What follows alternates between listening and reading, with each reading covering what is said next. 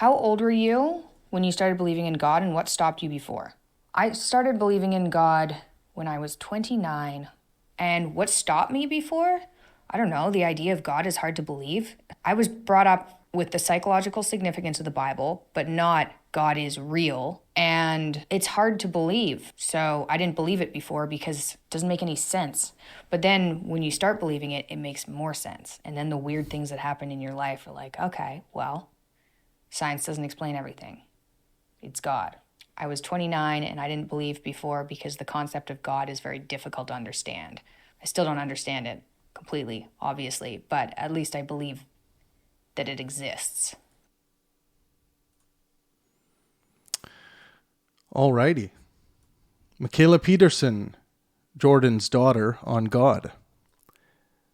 Well, she's already doing better than her dad with this question right off the bat, I have to say. She understands the common usage of the language, at least enough to answer the question. She seems very honest here, no gish galloping or obfuscation. Michaela started believing in God at age 29. She was born in 1992, which makes her 31 this year. So she has been an atheist almost all of her life, but recently started believing in the existence of God. She claims that she was brought up with the psychological significance of the Bible. This would be the postmodernist psychological lens view of the Bible, very Jungian, Petersonian, which is, by the way, heresy in most Bible-believing circles I've ever studied or spoken in. I am more in favor of this postmodern approach to Christianity, as it can allow you to escape the barbarism and anti-science in the literature if you read, let's say, metaphorically. But none of this, of course, demonstrates the existence of Yahweh, miracles, etc. outside the mind. Michaela goes on to speak of noticing things that she claims science can't answer and attributing God to those things. This is, of course, a very common logical misstep. Just because science has not yet answered a question does not mean that it can't, or that the answer to that question is God. I would be interested to hear her arguments for this belief, but until then, I would suspect them to most likely be the common fallacious arguments from ignorance, incredulity, begging the question, or appeals to emotion.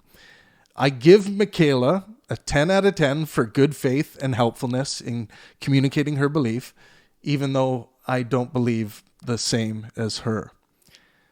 So, a family of atheists with chief atheist Jordan Peterson at the helm, but then some apparent changes.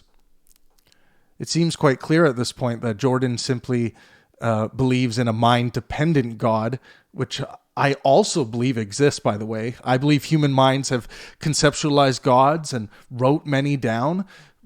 But this is why I say that Jordan Peterson is an atheist in the same way that I am one. The God in question is not the one that must be created in our imaginations, but the one that is independent and transcends that.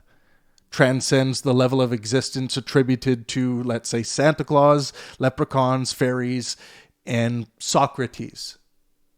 That last one was just to trigger you philosophy geeks out there.